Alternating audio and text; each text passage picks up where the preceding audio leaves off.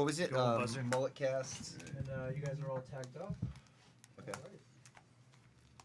And you guys sound great. Yeah, whenever you're ready. Cool. Good afternoon. Good morning. Welcome to the MulletCast, your podcast with business in front and party in the back.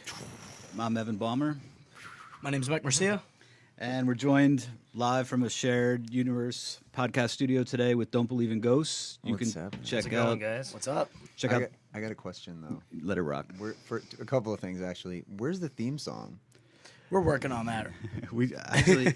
Didn't we talk about maybe me sent- knocking something out for you? Yeah. I'll do that. All right. Cool. We'll do that. Sweet. Maybe we'll record it today. Yeah, while we're here. that'd be perfect. Check out Don't Believe in Ghosts It's a lot of at pressure. don'tbelieveinghosts.com, on Facebook at DBI Ghosts, on Twitter, DBI Ghosts, and on Instagram at Don't Believe in Ghosts. What's Yeah. going on? We're joined today by Nathan and Dan from Don't Believe in Ghosts. What's happening? What's Good going morning. Thank you guys for taking the trek in. Of course. From the hardscrabble streets of New York out to Eatontown, New Jersey. Can I just tell you how much I love your voice, Evan? Oh, thank you. He belongs on the air. Like he 100%, totally belongs yeah. on the air. Now I know him for a long time, but hearing him in this context, he sounds good. It's a little bit of mind blower. So I was telling Mike earlier, I met Nathan back. I won't even say the exact year because then people know how old we are. Yeah. I mean, he was a youth I was a little bit older at the time, but it was a Battle of the Bands competition. You guys were playing. Oh, I thought it was Village Voice in the personal ads. Craigslist. Missed connections. It was sort of a boy toy thing, and I was Is it? like, well, It was a rock to the top competition. that's true. I can't even pin down the town. I know it was out somewhere by the Whitestone Bridge. It was. I think it was like it was by. I don't know. It was in Queens somewhere. Right. Yeah. So it was a Queens Battle of the Bands competition. Went on for months. Somehow, I found this gig. I was going to law school at the time, and they needed judges. I was working at an entertainment law firm. They picked me up to judge, which basically entailed come out, get free beer, get a dinner, and watch a bunch of bands play. And you were in a band called Violet Cage at the time, Yikes. and you won the competition. Yes. Nice. Yes. Nice. We did. So that was cool. So we've known you ever since then. Yeah. So how did Don't Believe in Been Ghosts? through a few adventures. That's right. Well, fast forward from the Violet Cage years. Cruiser. I mean, you can just go on and on. That's right. We don't cover that territory on this show, do we? We can go anywhere. We can go anywhere, Like, yeah. We'll cover that. All right. Probably one of the most rock and roll moves I've ever seen, though, is I helped these guys book a show in the city around that time. It was at the time it was called the Lion's Den, which was in the West Village. Yeah. I've heard of that. So these guys were coming out to play. We had a couple A&R people from labels coming out to see them. And these dudes are like young. I don't know how old you were at the time. They're young. And they show up to this gig in a limo, like straight up, like the boldest rock and roll move ever. Like, Yeah, right. Yeah. coming in from the island, in the limo, like That full on wasn't even Smoke what just pours That out, wasn't even yeah. what I thought you were going to talk about. The boldest rock and roll move, because I'm just trying to think. What were you There could be a lot of thinking? things. I mean, there's a lot of hurt feelings along the way, so I figured, at some point in there for somebody, Right. I mean, I think they left a few club gigs with the pool table from the club. No, so do you remember? I think you were managing us then when the last 2 or 3 gigs from that band, the police broke up the shows. Right. And we had done we did like a street fair or something like that. And it was all like it was like kids. And then somebody said they're like, oh that and you gotta understand it was like I was young and it was that teenage angst thing, And we were also like the anti-grunge, because Right. the grunge thing was coming on there, and we were kind of like it was like that whole thing was the world of that time, and we were kind of this like in your face, totally different thing.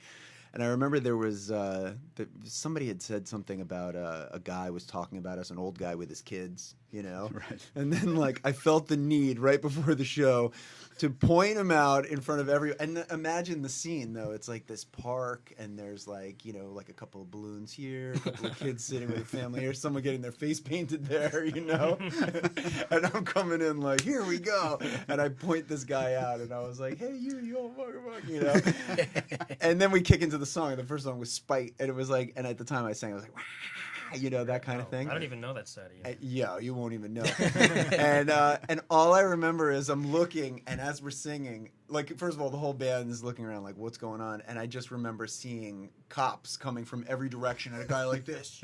We need backup.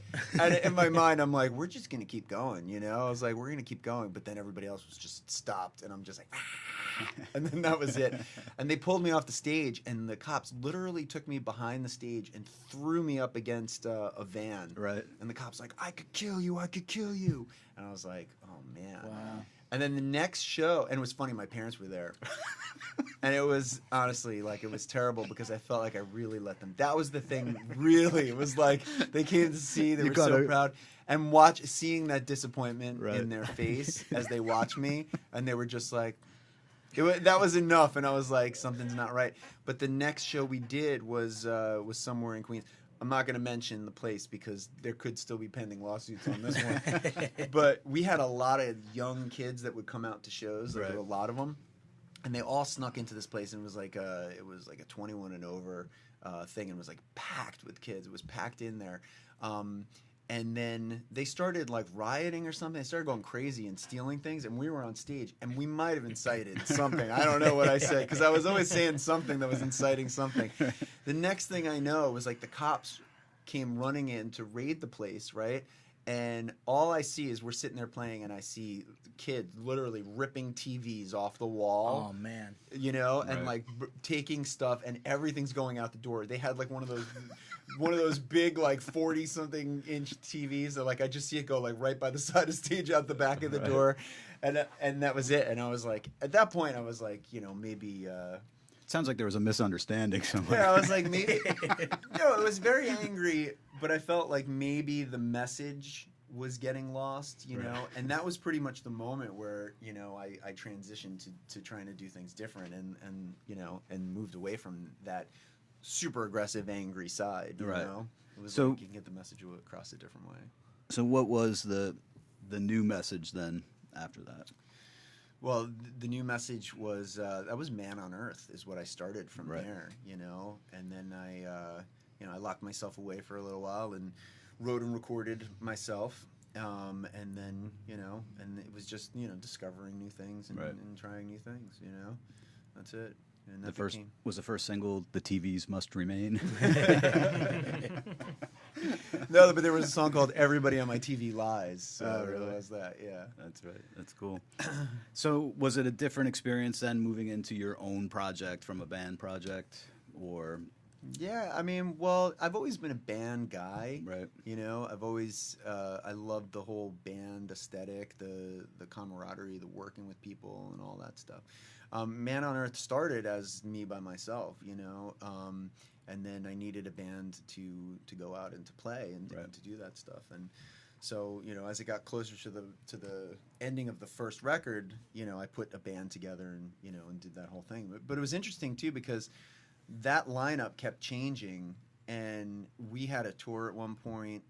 We were leaving in like 2 weeks, and all of a sudden it was like I had no band because the drummer was getting married, and the bass player was getting married, and like everybody was going on and trying to do these other lives, So I had to go find new people. So it's an interesting journey because.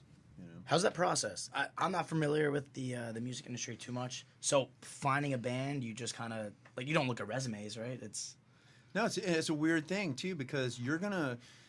Things go right, you're going to trap yourself with this person in a bus and travel the country, and you're going to spend a lot of time together alone in a studio, away from family, away from friends, and things like that. It's like dating in a way. Yeah. And the vetting process is like none. It's like, oh, you play? You like the same music I do? Right. And you figure out the rest later. And it's like you really take a chance with people, Wow. That's why it's hard. It is funny. Like you read stories about auditions. Like I can't remember who the band was, but it was someone you wouldn't expect it from, and he basically walked in. I know what it was. We both happened to be at the Def Leppard Journey concert. Yeah. And they were talking about when a new guitarist joined Def Leppard, he basically walked in the studio and played Freebird, and they're like, "Sweet, you're in."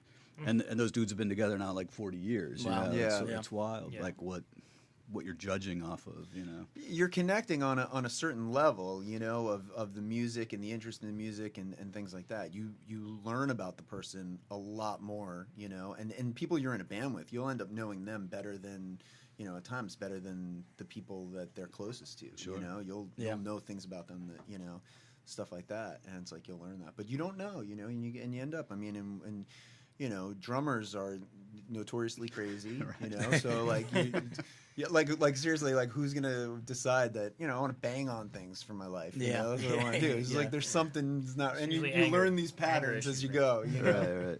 So, all right. So while we're on that topic, Dan, how did you meet Nathan to get into this band? I had a previous band. Right? Yeah, that too. I had a previous band called Face the King, and you know, we had been doing a lot too, and we got paired on a show together. We had a lot of crossover fans, you know, because we were both from New York, even though we've never met personally before. But we both got chosen to play this show at a college in Florida, Embry-Riddle University. It was like a flying school. And so they contacted us randomly. You know, they contacted us randomly via email. The guy went to Embry-Riddle. Right. I heard they only teach you to take off there, right? Too soon for the 9/11. I didn't know we were going there. But yeah. But basically, they contacted us and said, you guys are you know, one of the top listened to bands on our station. I guess it was all just through social media, Twitter, you know, that they found out about us. So they flew us over there, and it was one of the best shows we played. That's how I met him. We both played in the same bill, and then it was just months and months later that my band broke up. I had been branching out doing the session musician thing, playing for a bunch of different people, kind of freelance. Right. And he reached out to me to fill in for a gig, and then that's just kind of how it happened. We had a good dynamic. We started writing together. You know. That's cool. And you know, joined full time. It was good. So what was your Nathan, your transition from Man on Earth to Don't Believe in Ghosts? What set that off? Well, with Man on Earth, the last 3 years of the band, we were pretty much on the road, right? Like nonstop, and just traveling around the country with a super, you know, DIY hard work ethic, you know, which kind of burns you out, right? But the biggest thing really was that you're not. When you're touring and stuff, you're playing the same songs, you know, it's the same kind of thing over and over, but you're not doing the creative element of it, you know, the writing and all that stuff. So when we got back from tour, everybody was kind of like, hey, I just need a break, you know, fine, that's understood. And then after a little while, I was like, you know, there's so many ideas. Like the biggest thing that I love about it all, honestly, is being in the studio, is the writing, is recording, that process, that expression and everything. I love that. I do love the performing, but that's important, you know, right. That creativity. That's the reason that you do it. That's the drive, for me at least. So you don't do that on the road. We came back and I was like, hey, we need to write. We need to do this. And, you know, everybody was kind of just in their own worlds, doing their own thing. And, you know, I felt like I'd replaced the band so many times. It had been a long time of doing the project. And I wanted to kind of explore some new sounds, and I felt the best thing to do is just put that on hiatus and just start fresh, you know, with no expectations for what it should be sonically. And it definitely is taking a chance because it's so hard to build up that tour base. It's so hard to build the work that was done. It was a lot of work, you know, to do that and to walk away from the work to the point where we could tour the country and it was self-sustaining and we were, you know, able to do that, you know, and that's a really tough thing to do, you know, for a band. And so to kind of like put that to the side and say, you know, to do something different was, you know, a brave thing, but just, you know, had to happen. You know? It was time. So you guys have had success since the transition in the new band Don't Believe in Ghosts. Your debut full-length Give It Meaning features Dr. Fink from Prince and the Revolution. Yeah. You're getting airplay everywhere from Hawaii, KPOI, to Paducah, Kentucky, where your single... Number one song in Kentucky. Number one 3 weeks in a row in Paducah. So oddly enough, I went to school with twins from Paducah, Kentucky. Really? Yeah, their nickname were the Idiot Twins. But, Paducah's like ingrained in my mind, man. Yeah. So you're on WKRO. You try and drive, like, the funny thing about Paducah is that you can't drive by Paducah unless you go out of your way to get to Paducah. Like, so no matter where you're going, it's like out of the it's way. literally out of the way, you know?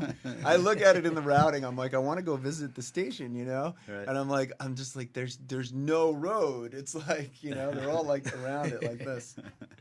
So where did the name come from? Because I believe in ghosts, so I gotta. Well, that's good. You know, nobody's perfect. You know, we like imagination.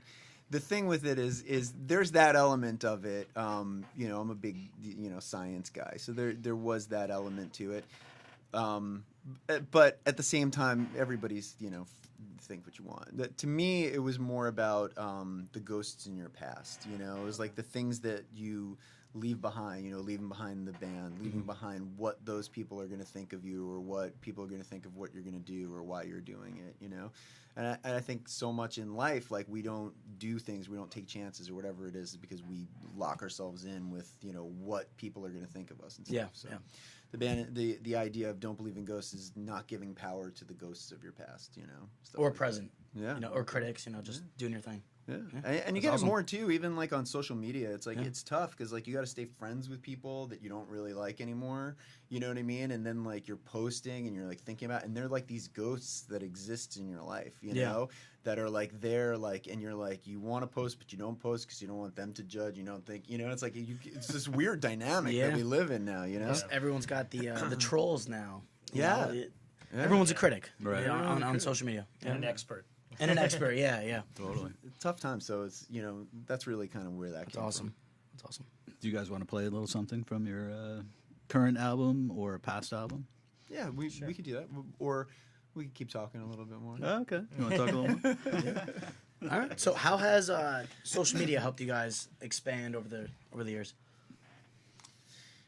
I think social media has changed, over the years. I think that social media was super powerful for us a couple of years ago when we were on tour. Okay. Twitter was unbelievably powerful for us. We would mention we were going somewhere, we mentioned we were doing something.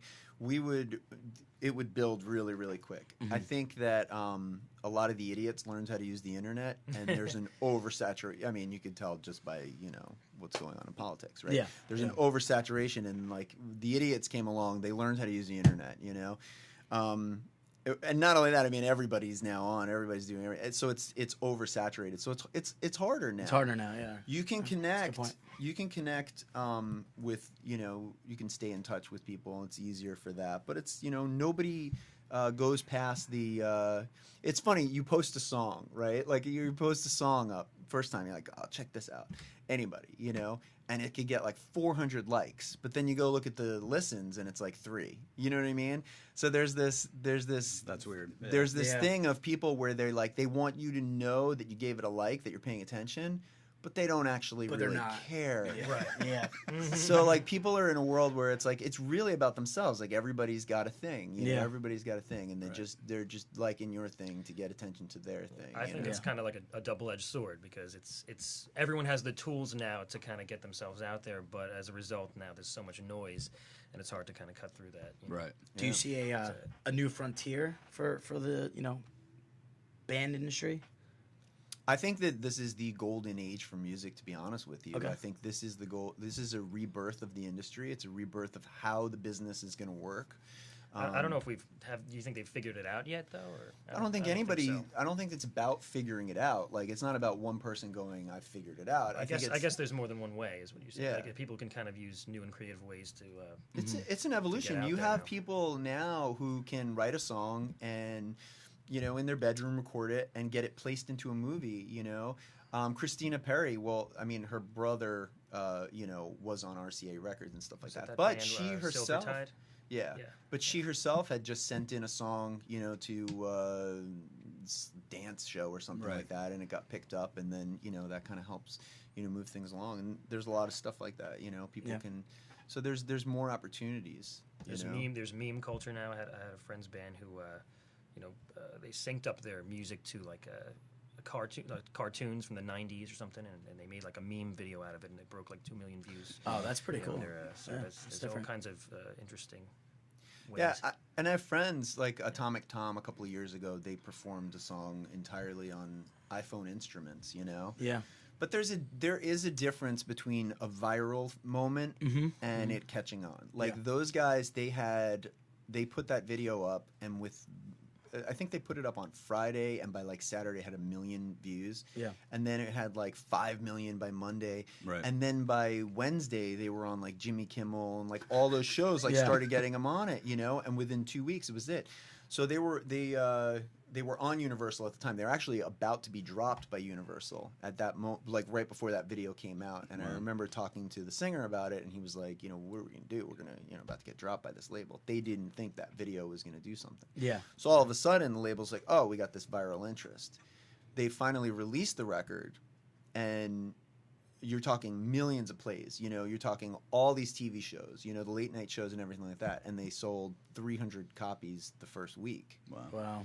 So there's a Yeah. difference between viral and what people are getting out of it when they watch it, and whether they're connecting, you know, and whether you're building a career or something. So there is a difference between that. Are Yeah. you going to build the next, you know, Marvin Gaye? Are you going to make the next, you know, Beatles or like whatever it is? Like, I don't know. You probably will. Like it probably will happen. Because everybody's doing everything. Something's going to stumble through, and you'll get these these things, you know. Right.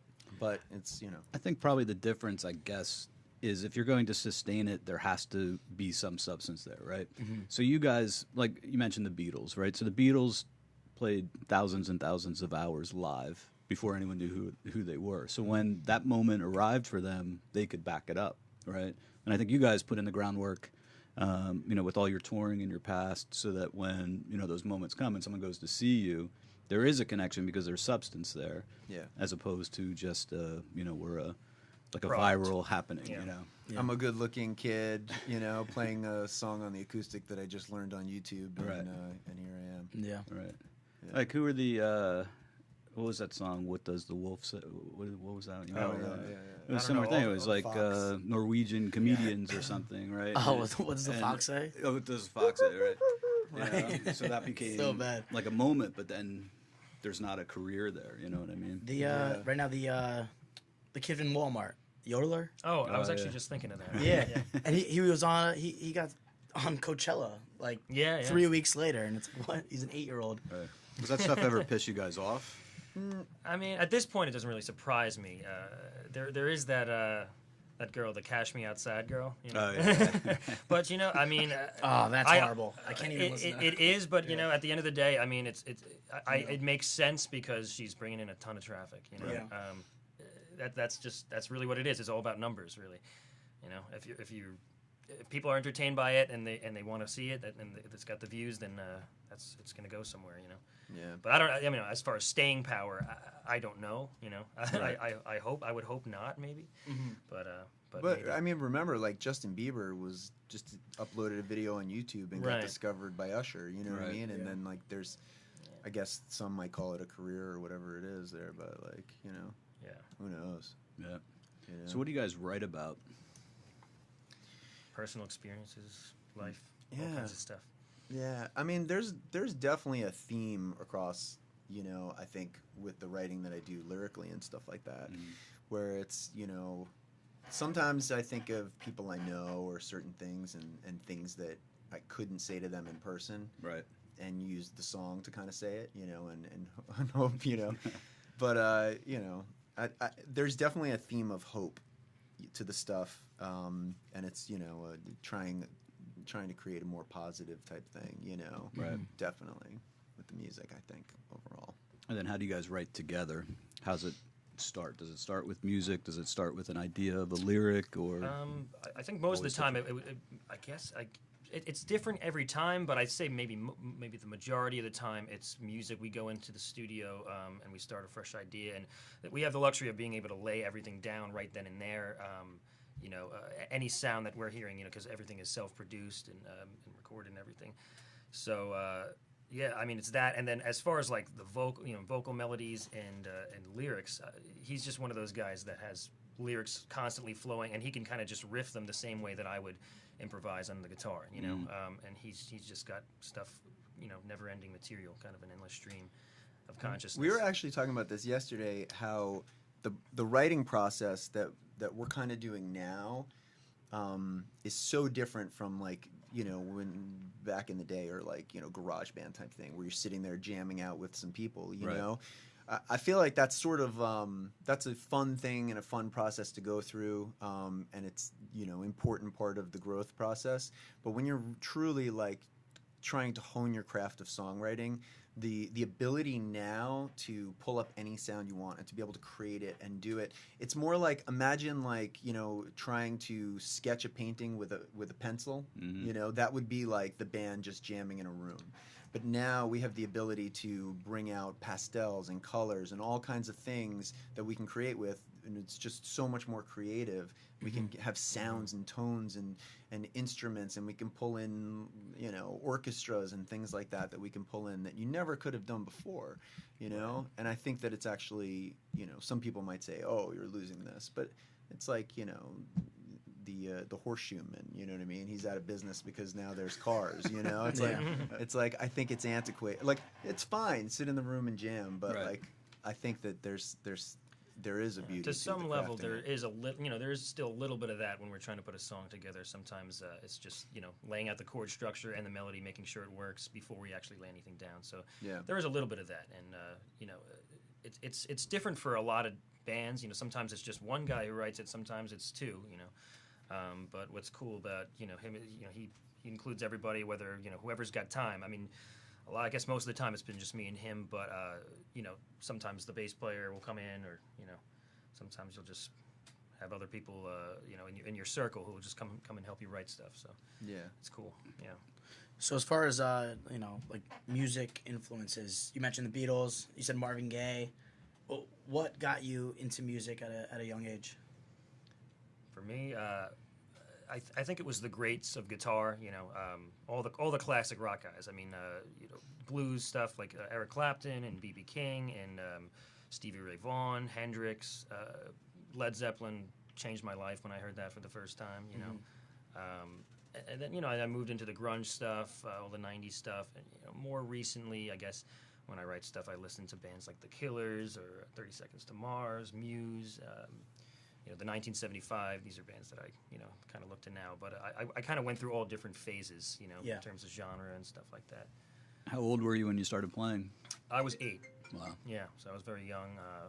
I kind of took an interest on my own, you know, and I had great teachers, you know, that I was lucky to have. My first teacher, actually, he went on to play with Billy Joel and actually shared the stage with, like, Paul McCartney at, like, the last concert at Shea, and Steven Tyler, Roger, like, all these guys in one night, you know. Wow. So he's done a lot too. So he's definitely a good mentor of mine, you know. That's cool. What about you? The thing that got me into music, I was in Mrs. Zarkis's kindergarten class, and we were painting, and she put on Beethoven's Fifth Symphony. Right. And I, like, literally dropped what I was doing, and I walked over and stood staring at the record player, because it was the first time I ever heard a piece of music that sounded like I felt, you know? And it just had all that emotion and that power to it, and I'll never forget. I mean, that was like the moment for me. And then, you know, I went home and told my parents, I'm like, I need to listen to this Beethoven. You know, I was like, this is like, that's like, where is this emotion coming from? Right. I wish I had a cool answer like that. I remember it was probably first grade. We did an experiment art class where you closed your eyes and you had a paintbrush, and they would play different classical music, and you would have to paint what you're feeling as you're listening to it. I don't remember much from elementary school, but that stuck. So I have a soon-to-be 3-year-old, so we play as much. I mean, he's a huge B.B. King fan. Like, I put B.B. King, John Mayer live, and he'll just sit there and watch it. Right. And he's just like, this is awesome. He loves Neil Young. He likes a couple. Yeah, he loves the Stones. So yeah, I mean, not exactly the same, but the art and the classical music is what first got me into music at a young age. Right. Yeah. It's the feeling, you know? That's all it is. Exactly. Yeah. It's like what it makes you feel. everybody's a little bit different, but I think at the end of the day, it's like underneath it all, it's like how did that make you feel, And for some people, they get lost in it because it's not necessarily the music how it makes you feel; it's how the packaging makes you feel, or the image makes you feel, or you feel a part of something, or you want to it's like oh, this I relate to, so you're like you go in that thing, but end of the day, it's how does it make you feel? It's crazy. We were talking earlier before you guys got here about, my youth, it was like you'd kill hours at a time in the record store. Yeah. And then you got home and it was like reading the liner notes, like digging through the artwork, and just it was like a full on like I'm in for like an hour to listen to this whole record. Yeah. Now it's like read it's it like all. the hipster thing to do now, Right. like to hang out in a record store. It's like the cool vintage thing. Right. I was there Saturday, picking my dad up some vinyl, and it was pretty packed. And I was like, we were saying how maybe 20 years ago somebody would have said that store is going to be out of business. Yeah. But now it's in. And yeah. at a premium too. People want to get that. Have a record player. I almost forgot what it was called. And then, have it going. It's a totally different experience, I haven't had a record player in forever, and then I recently just got one and put it in the studio, and haven't bought a record in forever, and I had these old ones that whatever, and I put you could put anything on, whatever you put on, and all of a sudden it's like this is a different experience. Right. This is like so prepare for the Don't Believe in Ghost vinyl. Nice. Is that in the works for real? I definitely was pricing it out. That's all I know. I was like, what are we gonna do with It's a this? thought. It's a thought. Yeah, I guess. That is You cool. know? So you have a studio that you're in. What's your setup like in your studio? Yeah, I mean, I built my own studio. Right. I think at this point in the world and time, you have to be more than one thing. You Right. know, it's like whatever you do, everybody's got a bunch of things going on. You got it, and so if you want to, like how I am, I mean, I just have to create. So it's to me, having my own space and building it like that. So I have got some great microphones. I got some. The whole record was recorded basically, in my little studio that I have, and you can do that now. Right. That is cool. Except the drums, Rick Eddy recorded them at his Go Man Go Productions. Okay. Yeah. So drums is still like the one thing where you need a specific room kind of to get Yeah, a it's Well, sound. kind of, but like he sent them over, and then I ended up obsessing over the sound, so I ended up re-triggering a lot of the sounds. Right. So it's him playing, but like with like new triggered sounds on it. Gotcha. But like with the new record, there's going to be this is another thing that's been going through my mind lately, is that we have, like with music, you have electric guitar, electric bass, electric piano and keyboard and stuff like that, but yet you still have this analog drum. Right. And there's so many sounds that you can get with drums, digital sounds, computer sounds, to expand the sound. It's like, why is it so still like stuck that like this rock band has to have these analog drums, or it's 9 Inch Nails? Like, why has it got to be like one or the other? Right. Yeah. So it's like kind of the thing we're experimenting now with a lot of the new stuff, is just experimenting with that electronic drum sound, but not making it sound like electronic, like just different kinds of things that you could do with it. Right. Mhm. Changes everything. Yeah. Right. Changes everything. That's cool. Yeah. It's weird because you think about Rick Allen, right? So he kind of transformed drumming because he lost an arm. Yeah. And so he maybe is in that middle ground a little bit, but Totally. I guess veering a little bit toward more electronic sounds. Yeah.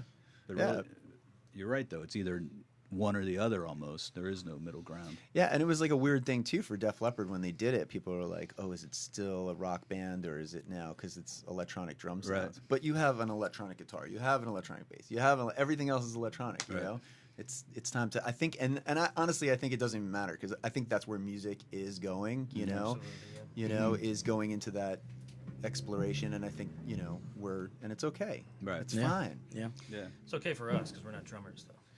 No, but I think like even a drummer can trigger the sound, so I Right, think of it's course, it's yeah. okay. I think it's like why. Yeah, I mean, I don't know if you. I mean, if you've ever seen 9 Inch Nails live, I think the guy does like both. He does both Yeah. live, and he does it very well. I guess they just don't do as much of that on the record, but live, a lot of these bands, even like hip hop artists and stuff like that, they always use drums. Yeah, yeah. Or a combination of drums and electronic drums. You need that element live to look at the motion. That's Yeah, part of yeah. it. It is. Last People night- hear what you hear what you see. Yeah, last night Questlove was in Asbury, and he's usually on the standard drums, and last night he had the electronic electronic drums, just jamming or out. something? Yeah. Yeah.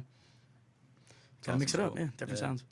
So it's like similar the way we were talking about how consuming music's changed, like music production's changed also. Like it used to be like a big event, like, okay, we're going to the studio. Yeah. It was expensive. Like I remember actually back in the day, I think the Beastie Boys were one of the first people, like instead of taking a recording budget, they took the money and dumped it in. We're building our own studio. Paul's Boutique, right? Like Isn't they that just how they did that? got the gear, put a studio in a house. Yeah. Even then, you still needed a full house to house it all. You know, it was crazy. Yeah. So how did you make that transition? Because you probably grew up in an age where it was we got to go to the studio to record.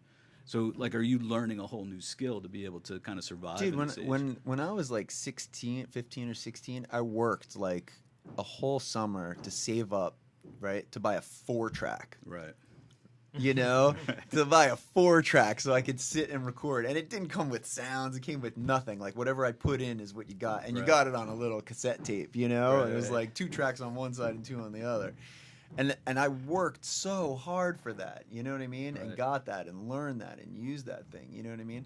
And now it's like you go down to the store and you just buy a kid a laptop for schoolwork and it comes with everything, you know what I mean? It comes with the recording software.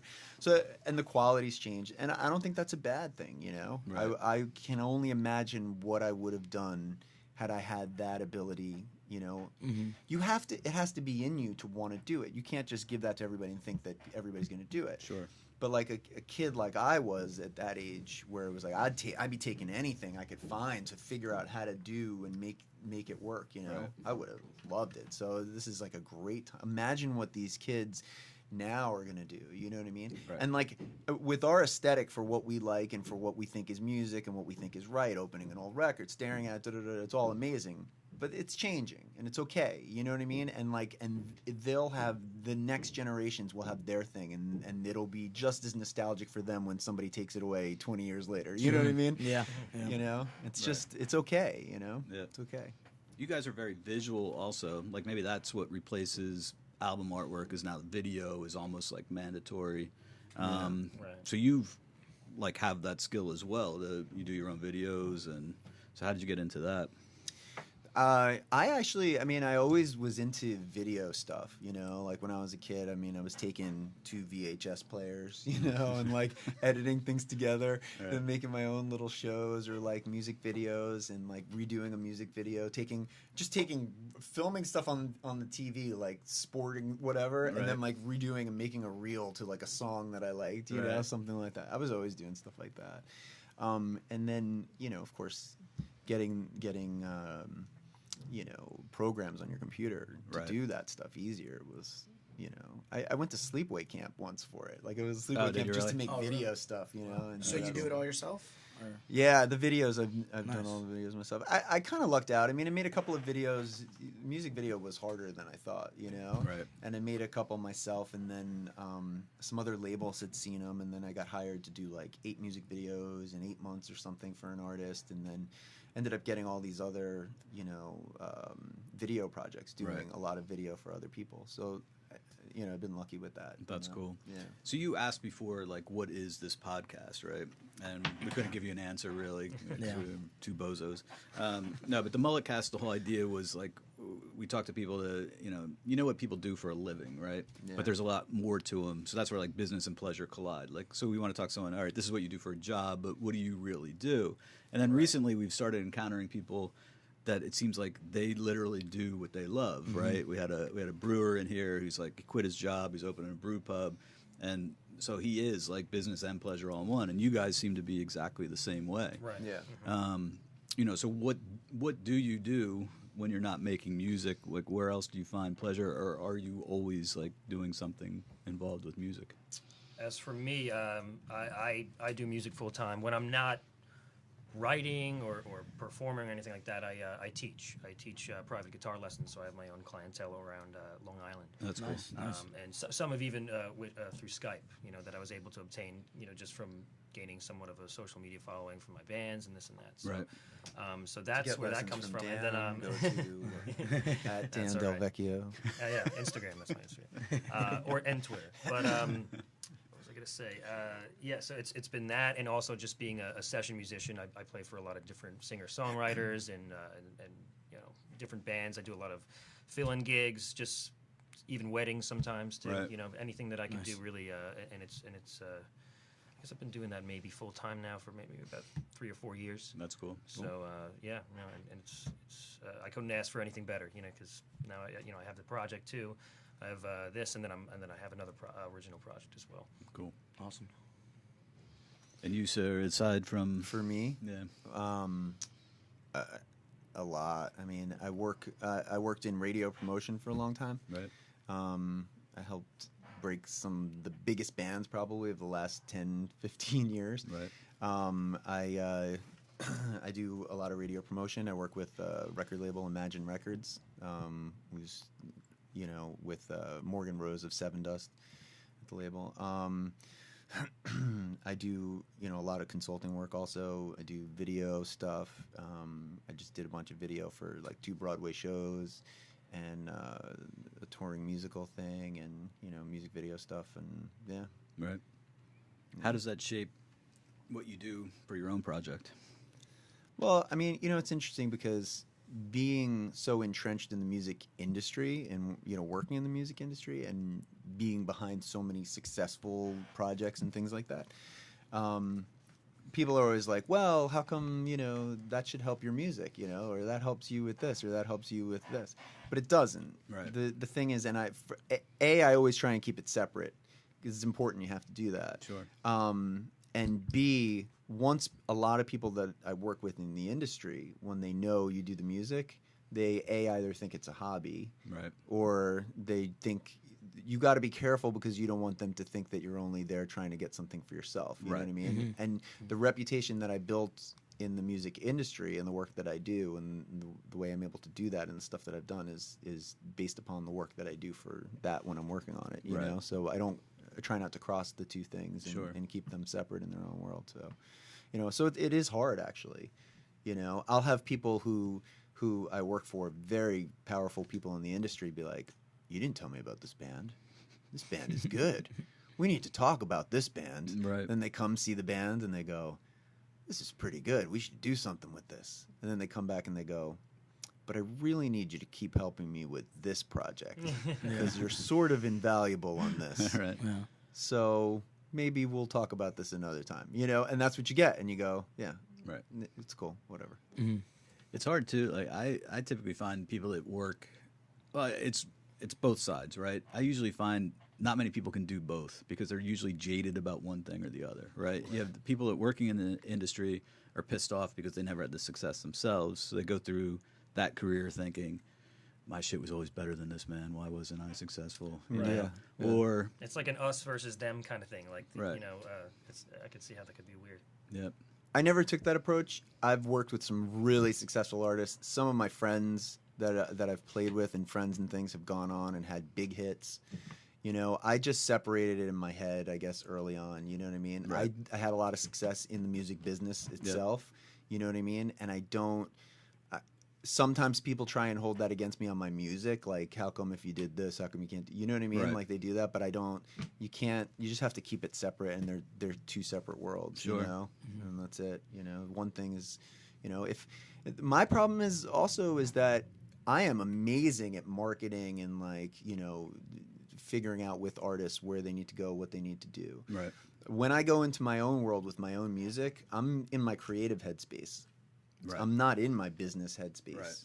You know, and it's hard to separate your creative headspace and your business headspace sometimes, you know? So to me, to step back and go, okay, you know, I wish I knew a me, you know, that could then Yeah. deal with the don't believe in ghosts, you know what I mean? Spoiling yourself. Yeah. Right. I wish I knew it, but like I don't, you know, that's it, you know, you don't, you Right. know? So you just got to, you know, do what it is, and you do it because you love it, you know, so you keep creating. Right.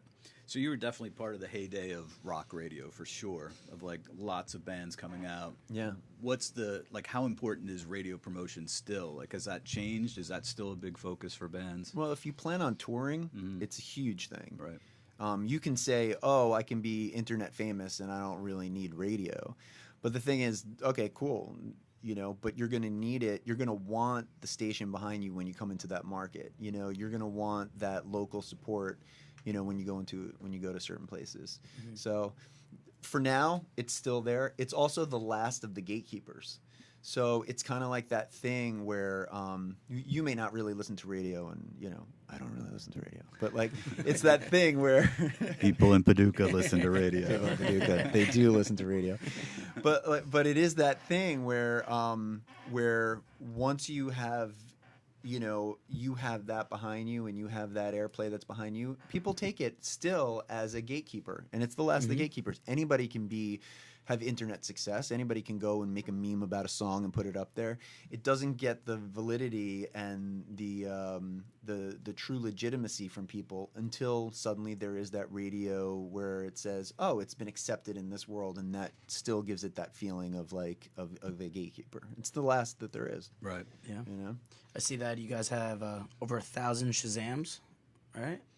Oh yeah, yeah. That's pretty cool. You know what Shazam is? Sure. Yeah, that's awesome. So I guess that's directly probably tied to the radio airtime. That, and we've had a lot of success at retail radio. Okay. So if you go to ShopRite or Target, you could, Like that, the place at Walmart, you might hear Walmart, our yeah. songs playing in What's there. this? We get videos all the time from people that are like, "Dude, your song is playing in here. I came in to grab some cheese. What is this?" That's awesome. That is awesome. So that's cool. So I guess that's probably something that didn't exist before. That's another outlet to, like, because you can Shazam a tune, go directly to iTunes, pick it up, Yeah. So it's like everywhere, basically.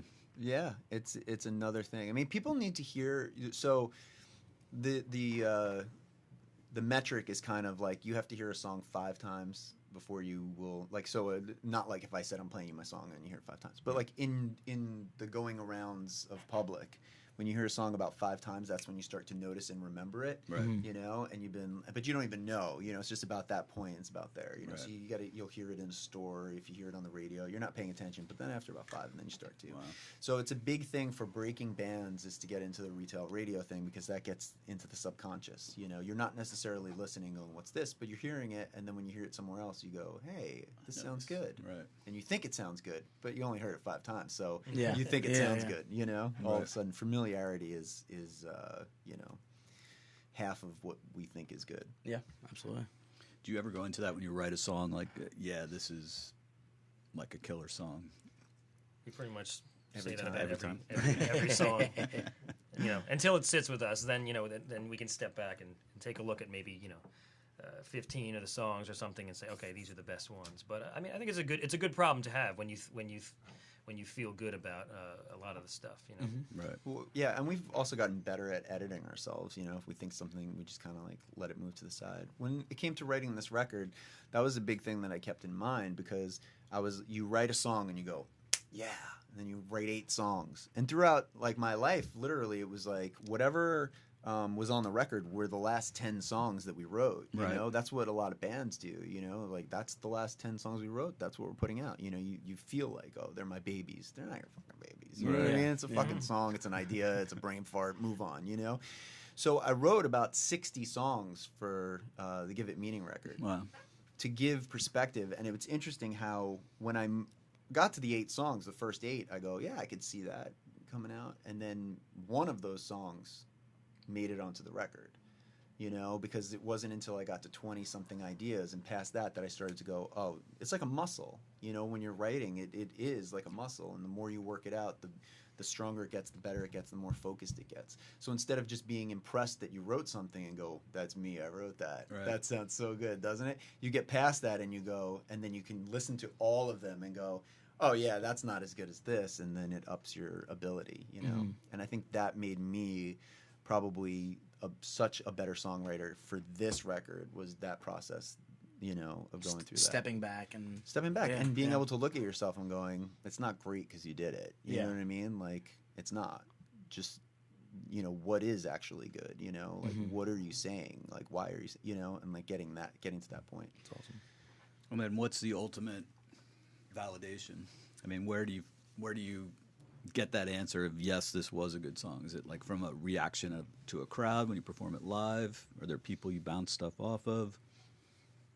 I think the ultimate validation is there are people out there with tattoos of songs that I've written and lyrics. That's pretty cool. Yeah, it's awesome. And to me, it's like when somebody took it that much inside them that it felt that way, and they got, you know, lyrics that I wrote or something, you know, on them, and it connected in that way. Right. That's like, it's the ultimate, because now you're a part of their life forever. You know, that's like the ultimate, and Yeah. you can't, you know, you can't I change think it could mean the validation could mean something different, you know, maybe to a lot of different people. But I think it's like from playing a live show and you hear them singing it back to you. You know, that's definitely feels cool. good. I think from a business standpoint, maybe, you know, I guess the numbers, the radio, you know, all that stuff. Right. I guess that tells a lot. But I think the other stuff has more meaning. You know, seeing how it affects people in a positive way too. That's Or crazy. If if you hear from somebody like you know, and they say that it helped them get through a tough time in their life, you know, stuff like that. That's cool. Another thing too, I think another cool validation is when somebody covers your song. You Oh, yeah. know? Yeah. Right. And it's Yeah. like, and like we've had that, like when the record came out, there was a couple of people that posted videos of them covering songs. Like the week the record came out, and I was like, that's the coolest thing ever. You know, like that's the coolest thing. So, Especially when they're from like, you know, Indonesia or something like that. Wow. You know? so I think we're gonna try and do a contest with that, right, Dan? Yes. On social media, if you hashtag DBIG covers, we're trying to, you know, get fans to basically post a performance of Nice. of their favorite song of ours. And that was a good segue. You are a radio professional, man. Yeah, and so if you do the hashtag and you cover your favorite song of ours, there could be some prizes in store, whether it's you know, some free merch or, you know, a mention. Awesome. And yeah, so it's a cool little When's that starting? experiment. Well, we just kind of put the post up yesterday, so Nice, it's going to be an ongoing thing. You know, maybe just to remind people a few weeks out, we'll put it under the post about it. But So there's, it's definitely open ended. So Carl Dutton has wrote in, and he said, "What's a star prize?" Yeah. What is it? It's the word star, but you know, just with a Boston accent. It's the star prize package. So is that ever surprising? I mean, that's probably one of the cooler things about technology now is the instant feedback from, you know, your audience. Like, this song affected me today, or, you know, I'm covering your song. Like, in the past, you never had that really. The instant feedback, though, is self-gratifying, and I find it to be a little bit fake, Yeah. right? So I'm not as interested in the instant feedback, and that's where you get the little dopamine rush, and you're like, yeah, cool, Right. got that, you know? But that's not the real thing. The real thing is when you released it 6 months ago, and you're minding your own business, and someone writes you and tells you, hey, I got to tell you, like, this song is awesome, or Right. this is really great, you know? Because you know that's real life right there. Yeah. Right. You're not like, that's So not it's- like when you're fishing for an opinion by going, check out my song. And somebody goes, that's dope. You Right. know? Yeah, Like, yeah. and then you It's go, true. Cool, that's yeah. a dope song. They could have listened. I'm going to yeah. 7-Eleven and getting myself a Slurpee now. You know? I did it. Yeah, they could have listened to like 5 seconds of it tops, you know. Yeah, Right. They give you a like. It's like, Right. But dope. yeah, no, like having somebody like in one of my previous projects, somebody told me that they used our song. It was from the UK. She was from the UK, and she used it for their wedding Wow. or something like that. So that's like that's a That's pretty awesome. big deal, you know. Yeah. Right. Yeah. Now, yeah, you just hope, like, you don't get the update 5 years later that it ended badly. Oh, right. Of course. It's that Feel damn partly song, responsible. man. You messed up your hand recently. What did you do? Oh yes. I had a car accident. Somebody a few cars ahead of me was doing an illegal turn from the right lane, and it caused a bunch of cars in back of them to stop short. Right. So the person in front of me tapped them, and then I rear-ended them, and I had my hand like on the bottom of the steering wheel. And of course, you know, the only thing I broke was the most important thing I need. I broke 4 bones in my hand. I needed surgery with pins and screws. Right. You know, but by some miracle, I was playing only a month later after the surgery. So is that- Not 100% at that time, but as of right now, it's been maybe around 2.5 months, I Right. think, since the surgery, and I can pretty much do everything I need to do. It's just, you know, sometimes it gets tired, this and that, but I'm still building it up, and they said they expect me to make a 100% recovery, thank God, and that I'm also like weeks ahead of schedule, and I think part of it has to do because I'm playing all the time. So my And you're a hand big is, star. Getting yeah. the muscle back. Yeah. Yeah. I mean, it was weird. Like even in just a month, you know, like I had to rebuild the callus. It was so painful. You know, it was like, you know, I hadn't had to experience that probably since I was like 8. You know, like so I didn't even remember what that was like. It's So kind of freak you out. I guess. As much as like I was unlucky that it happened, I'm extremely lucky that I can still, you know, do this because I was terrified. You know, this is not just a hobby for me. This is what I've been doing, you know, for most of my life, and it's my livelihood. Right. Yeah. You know. It's scary. Yeah, It's terrifying. terrifying. Yeah, I mean, it's the only. Like, I would have probably rather had broken anything else other than like my head or my brain, you know, or something. But yeah, you know, it worked out. Thank God. That's yeah. cool. He was writing me and calling me like, you know, Yeah. what happened? What do I do? Well, because he broke. He had something in his wrist. You know, he had surgery also. I had bone graft. So he kind of put my mind to ease and said, "Hey, you know, listen, I was playing like only a week after surgery. I wasn't that lucky, but again, I broke more bones. But he kind of shared his success story with me about his injury. So it kind of helped me a little bit. I knew he'd be good. You know, it's like how bad do you want it? Right. You know, because I remember when I had like inchondroma, which is like this benign tumor, but you know, didn't know at the time. But they took it like bone out of there was like a tumor in my finger, and they took bone out of my wrist and put it in here. Wow. And they're like, in about 2 weeks after the surgery, they're like, 2 weeks you'll start physical therapy. You know, and I was like, well, when am I gonna play guitar again? You know, and he's like, could be 6 months. Could be, you know, a year. You don't know. It takes time with physical therapy. I was like, I wasn't having that. Right. 10 days later, I was playing guitar. And I went in like 4 days after that because it was like a 2-week thing or something. And I went in 4 days after that, and I was like, I started playing guitar after 10 days, you know? And he's like looking at how I was moving, and he's like, you don't need physical therapy. And I was like, no. Because immediately I started the littlest that I could do. And I just I knew right away. I was like, if you want it, you'll do it. You'll feel it in your Yeah, body. I mean, I was looking at all kinds of things to, like, you know, help me feel better about it. And one of them, I saw a story about Tom Petty and how he completely shattered his hand, his left hand. He got pissed off or something about one of the mixes. And, Right. You know, temperamental artist, I guess. he punched a wall and completely shattered his hand. And that was a worse injury than what I had. And, you know, after like 8 months, they said they had to reconstruct his hand out of like wire, you know, because it was like literally powder or something. You know, maybe, you know, could be an exaggeration. But I mean, he was able to play again, you know, and the doctor, I think, told him that there's a chance that he wouldn't be able to play again. Wow. So yeah, you know, people have come back from worse things. I didn't have any like bones sticking through my skin or anything like that. So what's the bandage covering right now? It's old? really just, this is actually just for the swelling. You know, there's a little bit of, you know, it's not what it used to be, but this is just to keep the swelling down, because depending on, you know, how active and what I do with my hands, sometimes the swelling will go up, and this is just to make sure it stays down. All right. You know. So resting it for the jam session we got coming up. Yeah. I mean, I'm good. I kind of reached my peak of as far as like the demand that I would need to use it for. The other last week I actually played a 3-hour acoustic gig, so that's like probably the hardest it will ever get, and I was able to do that. So I think I'm pretty good. Yeah, there we go. Welcome to the I don't MulletCast. even know which song we're playing. What are we doing? I don't know. What are we playing? You guys got AC in here? Water? You guys want water? Is there water? I can tell. I got in the throat thing going on. So I don't know what's gonna happen. I don't think I've. The only time we ever sang this early was when we rehearsed to sing this early. Yeah. Oh wait, I gotta. Thank you. There you go. Awesome. That's Your hand good? Yeah. That was always a drawback of morning radio, right? Oh That's yeah. service right I there. mean, going in and performing songs in the morning, it's like.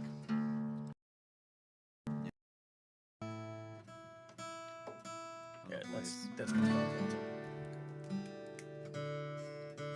So is there any song off the record? Any particular song off the record you want us to do? Whatever you guys want people to hear. So you're gonna play something off your current record? Yeah, so we'll play some off this record. It's an interesting thing actually, because we're kind of like contemplating like, so with a record, like you do a full record and there's like 12 songs that are on this, Right. and it's like there's only so much time to like release so many songs, Right. you know, and like, when you write 60 songs, you're really proud of the 12 that you put on there. So we're like, this is great, but you're sort of throwing away a bunch of them when you put them on a full record. Right. So we're kind of like contemplating the idea that maybe moving forward is the new model might be EPs and things like that. So this way, it's like, you know, people are only going to listen to 3-4 of your songs, put them on a playlist, you know, and then other people will listen to the rest, and it could be a way to, you know, not lose, you know, gems that you feel you got. Totally. And probably a lot of things there was never any good reason. Like, why did a record have so many songs? Because that's what it could fit, right? Or that was the capacity of... Well, dude, I mean, if you think back, like, think of the classic records, you know, Zeppelin, Michael Jackson's Thriller. I mean, some of the greatest records of all time had 8 songs. Right. 7, 8 songs. It wasn't until they changed the mechanical royalties on it that basically... the labels could make more money the more songs that were on it, but then the artists wouldn't get paid for more than 10 songs. Right. So the label could own 14 songs, and the artist could feel like, oh, cool, man, I put 16 songs on my record, but they're only getting paid on 10 with the mechanical royalties. Right. I mean, everything changed, and it was the disc, you know, gave the option to have that much more, you know, time and that was on there, you know, or the cassette. So, you know, but those classic records, you know, you were happy. You got 7, 8 songs, you know, something like that, and you're like, this is perfect. Yeah, if they're It's all funny. awesome. It's kind of like the same thing. Like, what was it? Tuesday was release day, right?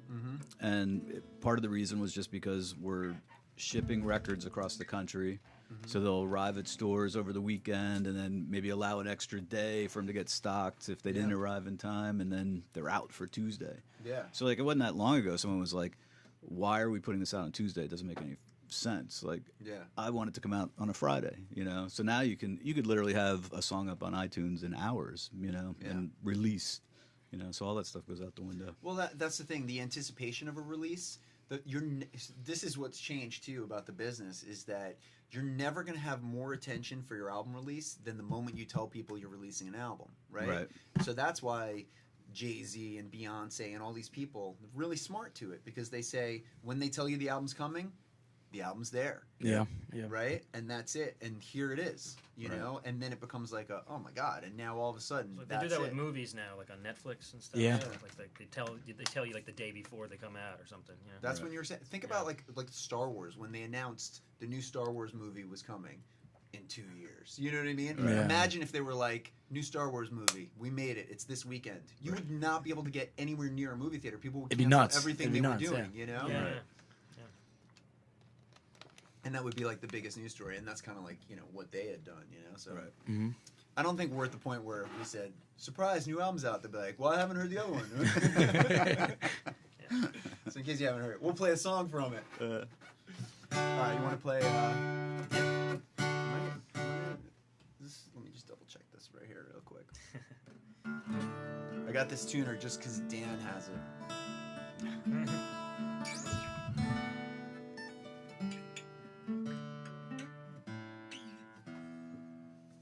Let's try this. We'll see. This is a pretty high singing one for this early, but let's go.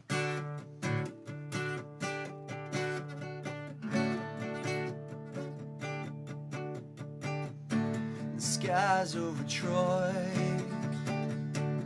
just after midnight, a spark raced across the sky. I thought of you and I. Southern lawns and country roads, unhealed wounds and chapters closed. Don't look back down that way. Focus on this highway. And it always hits at night when you wake up to your life. Can't sleep, so I'll drive. Look back on this life tonight while everyone is quiet inside.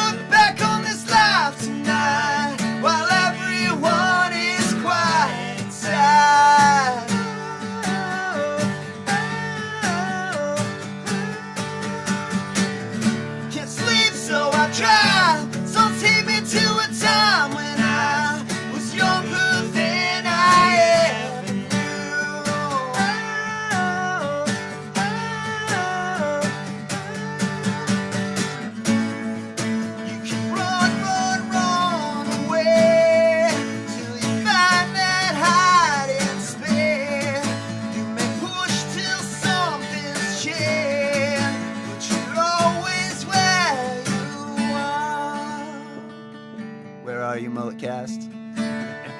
Right here, baby. Can't sleep, so I'll try. Look back on this life tonight while everyone is quiet inside.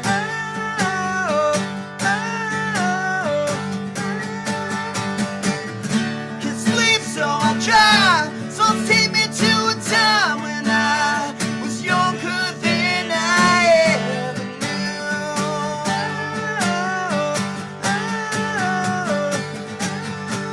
Oh yeah.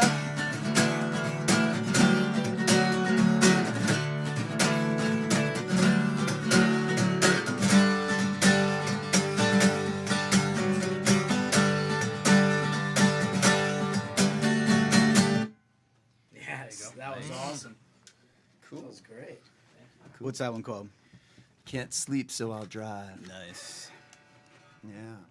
All right. That sounded great in here. Sounded That was all right? Okay, awesome. good. Yeah. Yep. Good, good. Not too pitchy for early in the morning. That was awesome. That's it. By the way, just so you guys know, special thought for you on. That's the first time we ever performed any of these songs acoustic for Acoustically, anyone. Yeah, for anybody. Yeah. Oh, awesome. Oh, cool. Right here for you guys. Nice. I appreciate that. A little That special. was killer. Yeah. Special. That's awesome. We could do another too if you want. Yeah, totally. I'm with that. Is it Dude, hard? yeah. Is it hard performing these songs acoustically if they weren't written that way? No. Yeah, as long as we kind of like get together and kind of map it out, see what translates better than some of the other stuff. Right. Yeah, it's. I mean, As that long one as it's obviously thought out a definitely little bit. works acoustically. That was cool. Thank you. Yeah. Yeah. Very cool. Yeah. I mean, one that we weren't sure if it would work acoustic is like The Way I See It. Right. Because it's like that predominant bass line. Right. But we rock that out. That works. It's other stuff. It's like it needs a little bit more because there's a lot going on. Right. So, but I think anytime you could get it across. I mean, anytime it's if you feel like the song is good enough. A song essentially is like the melody and the chord structure. Right. So you should be able to play everything.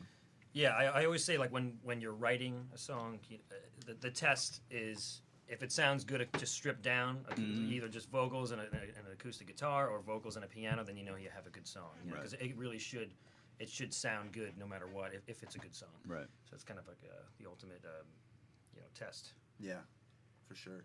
It's kind I of actually like the idea of it, and we've been messing with a lot of the songs acoustic, and like me on piano and him with the acoustic and stuff, and doing that. And I think we're gonna probably set up like an official, like do a show like that, That'd be cool. Nice. and, like, Yeah. strip it down, do like a storytellers. nice. The H1 story. Oh, this one is about. One night I couldn't sleep. I took a drive. Well, that song is about that entire time on the road, like with Man on Earth, the 3 years on the road. Right. I used to drive at night. I liked to do that, and also the rest of the band was drunk, and Right. It's sort of self-preservation. So yeah, and as a singer, the most valuable thing to you on tour is sleep, Right. But so I would end up, driving at night, so this way we can get out of there, so this way we could park somewhere and I could sleep. You know what I Right. mean? So Mike's who was our tour manager, he would sit with me and we would just sit there and talk about everything.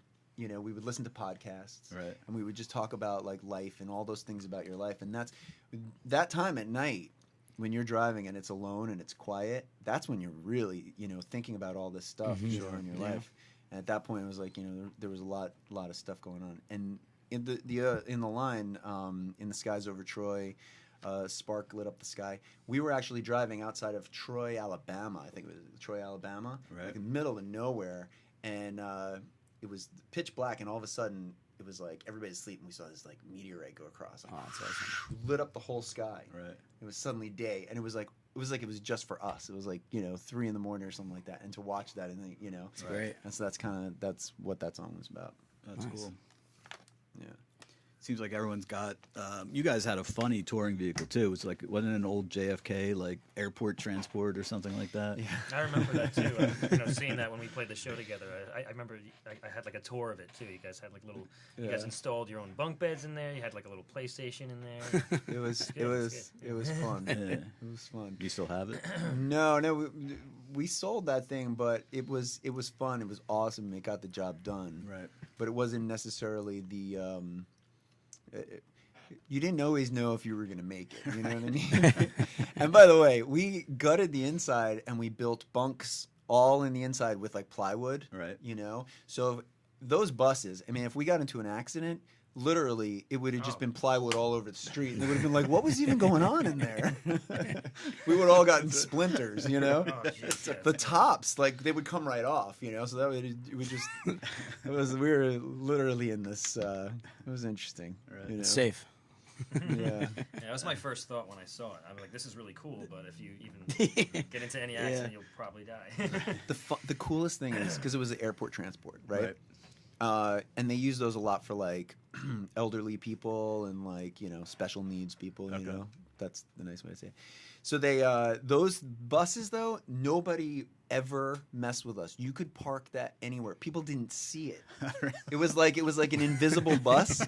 Police did not see it. We could double park, leave it in any. You could park in handicap. You could park anywhere. It was as if as soon as that thing came. We were coming out of a club, and everybody in the bus is drunk out of their mind, right? Drunk out of their mind. And we came to a checkpoint. And, I mean, this is a band. There's drinking. There's all kinds of stuff that's going on. We come to a checkpoint. They're stopping every car. And I'm like, oh, yeah, we're totally going to get stopped. Right. And the cop sees us, sees our thing, and goes, go through, waves us through. And I'm like, oh, my God. Like, the only people that would ever bother us, we'd be sleeping on the thing, or we'd be like, stop somewhere, and you'd hear... And be like, let me on! Is this my bus?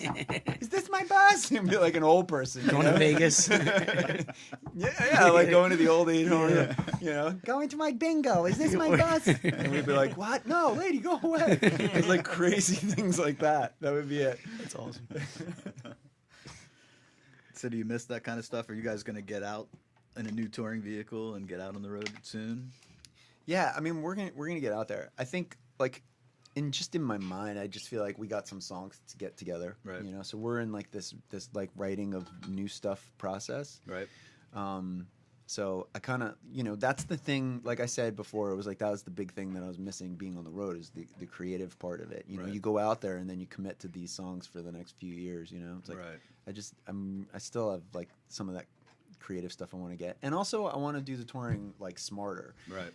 It wasn't that it was like not smart, but we were out there and it was like just be out there forever. Right. And it's like that's like that can beat you up, right? Yeah, I mean it's tough. You go to it's the same conversation every night. Right. Okay, so you roll in and it's like, oh, I love you. It's awesome. It's great that they came. That's like the coolest thing. But Right. like, oh, I love your music. I love your thing. Thank you so much. That's awesome. That's great. Then they tell you about their life a little bit. You go play the songs, get on the bus, go to the next place. Oh, I love your song. Your song's great. That's awesome. Right. But it's like you're not having a continuation of anything. You're not growing on anything. And when you leave too for a long time, it's funny because 2 weeks, your friends think it's cool. 2 weeks is like, oh, it's cool. You're going on tour. It's two Right. weeks. You can come back and talk about it, go to the bar, or whatever. But when you're gone for 3 months, 6 months, Right. they don't remember. They don't care. And you come back and it's literally like you're not even a part of their lives anymore. And you literally lose friendships and you lose relationships and things like that. They don't care. After like 2 weeks, everybody's like, oh, you're always out there. Oh, who cares? Yeah. And then there might be some resentment like, oh, I'm in this office and you're out there. Who cares? And then just, people start to fade away. It's a tough thing. Yeah. Do you ever find time for creative space on the road? Or is it just business only? You want to. Yeah. You're like, oh, I got a plan. I'm bringing a laptop. Yeah. Got the Right. thing. We're going to do it, But there's, Bands that have certain luxuries, I think, are able to do that. But maybe on the level that, when you're really grinding out there, it's just solely focused on that. And yeah, like you said, you want to, but you don't always have that luxury. Yeah. you also want to sleep. Mm-hmm. You got to eat, and then you got to get to wherever you're going. Yeah. So you just, Right. and you look forward to that time of like nothing also Yeah. because you need that. You never get more tired. Like the reason you get tired is because you have a lot of stimulation in your brain, and your brain is like processing all the stimulation. So when you go out on tour, you might do, you know, just as much as you did at home, but you're seeing all these new things, you're meeting all these new people, there's new places, there's new things. So you're taking in so much more input than you are when you're at home. Right. So you have so much more to process. So when you go to sleep to try and process all that stuff, it's like you can't sleep enough. Right. Yeah. You know, Yeah. you can't. It's like there's too much to get into your, you know, to go through your head. It's like weird. It's like a weird thing, and you don't even think about that until you're out on the road, and you're like, Right. why am I just not able to get any sleep? Like I Yeah. slept 10 hours. Why am I still tired? And you're like, Right. you're still processing. It takes. You come home, it's like days. Imagine like guys that are like in the military and things like that. You know, when you're up for like hours, they're probably like, you know, probably very like. Well, more intense, I'm sure, but Sure. like of a similar mindset where it's that you can't process enough quick Right. enough in the brain, you know. You guys gonna be down the shore anytime soon performing? I don't think we have a plan to, but maybe we will. It'd be a good thing to do though. Yeah, Yeah. we'll We write don't it have down. anything. Put that on the idea list. Yeah. Where's think- where's do the they- places to play on the shore? Asbury. Yeah, I was gonna say, is the Saint still around? Or It that- is, yeah. Oh, it is. Okay. And what Yeah. about Stone Pony? Is that Yep. okay? Cool. Store. Asbury Lanes just got a new facelift. Just So, reopened. that's awesome. Yeah. The old fast lane. We Chris gotta was get there back last there. night. Yeah. Yeah. Yeah, Yeah, I think would we do took a that. trip to the Saint back in the day. I remember some kind of trailer incident. We had to stop on the Garden State Parkway with an open trailer cruising Yep. to the Saint, and then realizing we weren't even supposed to be on the Garden State Parkway with a trailer or something. Commercial vehicle. Yeah, right? right, totally. But yeah, those are all good spots. I think the acoustic probably is a cool idea. Like to me, like I used to work with a piano player, and like touring is a nightmare because you always have this like, you know, the monkey on your back is this huge piano we got to get places. But like the idea of, you know, you guys can hop in a car with 2 acoustic Yeah, guitars. he bought that little thing just because it was convenient to kind of Is know that like a run little around with. road? Yeah. Yeah. So I mean, that's got to be a little bit liberating. Like you're not hauling gear. You know, you just let's grab our guitar, go do something. You know, Yeah. it's kind of cool. yeah. There's nothing more glamorous in the world than lugging a ton of rock and roll gear into a club in the rain on a Sunday night. You know what I mean? To play for 20 people. Yeah. You know? At the Spiral. Yeah, in like Idaho or Montana, you know, and you just drove through the plains for like 8 hours. Right. And it's whipping rain. Yeah. It's glamorous. Right, that's true. And then your stuff gets stolen, you know, from Oh, yeah. you know, Could. parking lot. We're That lucky happened though. to me, or I was from a rehearsal space. We had like $9,000 of equipment stolen. Wow. I lucked out because I only had like a $100 pedal stolen, but everybody else, you know, had like vintage discontinued amps, like Vox amps, and like Wow. 92 Telly, and like a Music Man bass, like a $2,000 bass, like just crazy stuff like that. Is that something that happens often? If you're not, yeah.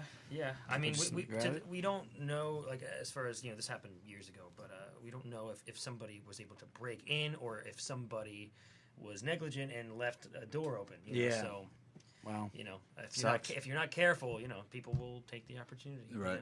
know? Even, I mean, all the time, bands though are notorious for, you know, if somebody's leaving a cable around or a guitar stand, forget it. It's gone. Yep. You'll blink and it won't be there. Yeah. You know. That's fine.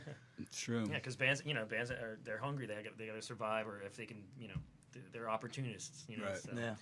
if they're on the road, they need something, and it's just laying there. No one's claiming it. They're gonna take it. Let's be real. I mean, they're the D students of the world.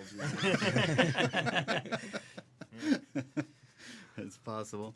The city gigs were always easy to track down your gear though, because they'd get ripped off from CBGBs like outside, and they'd be in a pawn shop like a block away. You know, Yeah. so you could always usually piece it back together. Yeah, I had a guitar stolen once from a studio years ago, and then the worst though was on tour. I had like a bunch of camera gear taken, That sucks. and I was like, "Take the guitar." You know what I mean? It's like, take the guitar. It was like the camera gear was a lot of stuff, you know, that they took, and it was like just on the side of the stage, you know. Right. We were having the show film. We were playing a big festival with like Linkin Park actually. Oh, and, really? Sublime or whatever the new incarnation of that is. Right. 311. And somebody just took the bag of gear right there. You know, Wow. just went and looked for it, and I looked like for hours. I'm like, no, can't be. Say it ain't so. Can't be. That's No. cool. You guys want to bust out another tune? Sure. Want to do the way I see it? Sure. All right, let's try that. I got to tune up for that one. So, what's the story of the? How did Nick Cage end up on Guitar Picks? Well, it was definitely. It was just an ongoing. It's a big internet joke to start with. Is it? Basically, where they, because he's just a ridiculous actor, and he does a lot of over the top performances. Oh, you know, so bad. On YouTube, you go watch a whole reel of Oh it. yeah, I love it. And, Not the bees. Except for Yeah. National Treasure. Yeah, well, yeah, Yeah, love that's that movie. that's a loved movie. I actually never saw it, but I want to. Oh, dude, it's But so much but fun. yeah, they have this thing where they just like put his face on everything. On random. You That's know? awesome. They just like digitally, and it just like they put his face like on the Mona Lisa, and it just looks hysterical. So I never really liked that dude, but I remember like at some point walking by a TV set, maybe in the late '90s, and he was getting a Lifetime Achievement Award, and I just could not understand what he was getting a Lifetime Achievement Award for. You know, at that point, especially, you know. What was he in, like a pizza movie and something else? he was in The Rock, man. I just, I don't know. Great movie. No hate against him though. You know what I Yeah. mean? You know, National Treasure, cool. That's really good. Con Air's a good one. Con Air. Classic. Yeah. Keanu Reeves is like a tough one for me though. So I'm like, am I the only one who knows he can't act, or is like Yeah. anybody else buying this? You know, I think it's just like his trademark thing, and people have a lot of people have learned to love it. Or Yeah. you either love it or you don't. Some of his best roles, though, he doesn't really need to act. Like The Matrix. Yeah. Like, It's like, whoa. He's John- And they're making a new Bill and Ted, so yeah, I saw that. kind of That's interested awesome. in that. That's you know? awesome. Like, what are we That'll doing be here? great. Right. Yeah. Little Abraham Lincoln for the masses. Yeah. Once again. Yeah. I will say he's Bring it mastered back. the art of not aging, though. It is Yeah. funny because that's who popped in my mind when you said Nick Cage was getting a Lifetime Achievement. I remember like back then in the 90s, some school in California had they had a course, the film work of Keanu Reeves, like at the time, you know? Yeah. It was like a similar thing. Yeah. It was awesome. It was for the D students. That's right. It's cool. All right, we'll try this one.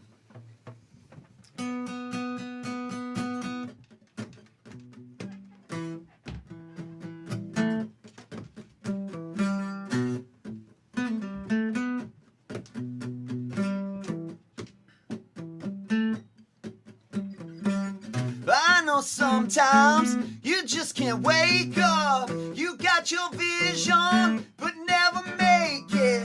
I know sometimes it's a warning. Your way it would fly, never saw it. I know sometimes you lose this motion. You move that body, shake up your ocean. But I know sometimes people warn you. Take all their bullshit, lay it on you the way I see it. Stand, just stand for me. Always pushing something, nothing that I need. And the way I see it, nothing's ever free. All good deeds are punished, time's a luxury. Whoa, whoa, way I see it, way I see it. Whoa, whoa, it's the way I see it, way I see it. I know sometimes you're feeling dead broke. Your money's been spent, now you just float. I know sometimes you like to look back, pretend those parties the best time you'll have. I know sometimes you lose this focus, update your status. These apps just choke us, but I know sometimes we'll never give in. Break down distraction, say fuck it, I'll win the way I see it. This game just stand for me, always pushing something, nothing that I need. And the way I see it, nothing's ever free. All the deeds are punished, time's a luxury. Whoa, whoa, it's the way I see it, way I see it. Whoa, whoa.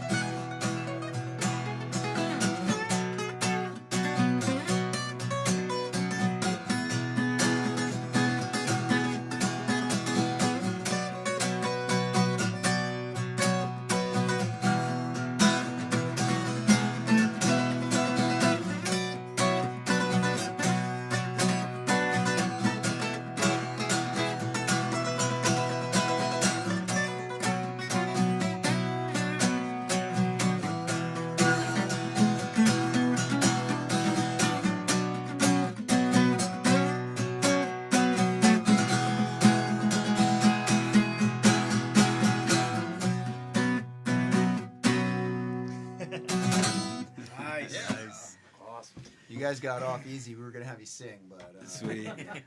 That's why we're in podcasting. Damn, man, your hand shows no ill effects. That was awesome. Very cool. Thank you. Great. And definitely recommend everyone check out the acoustic version's killer. But you mentioned before that song's very bass centric, so check out the full version too at don'tbelieveinghosts.com, on Facebook at DBI Ghosts.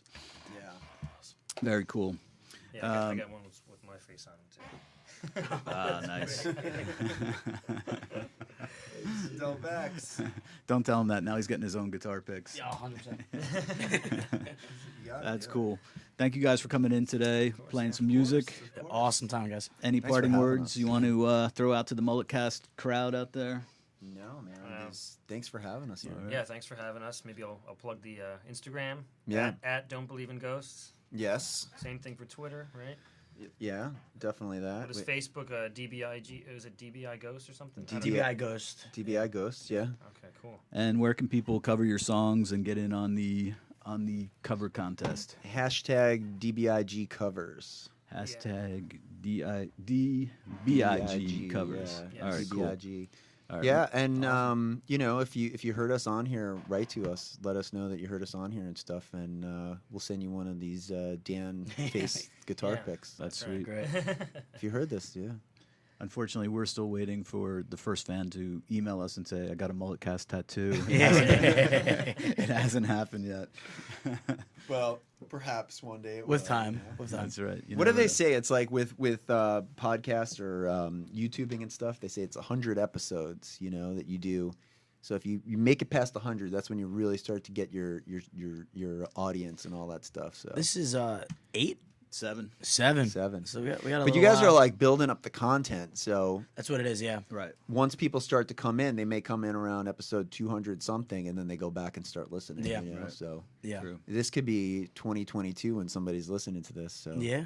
And Anything by else? the way, I know you're listening. I see you. I knew you were going to listen. We're watching I you. knew it. Time is not a thing.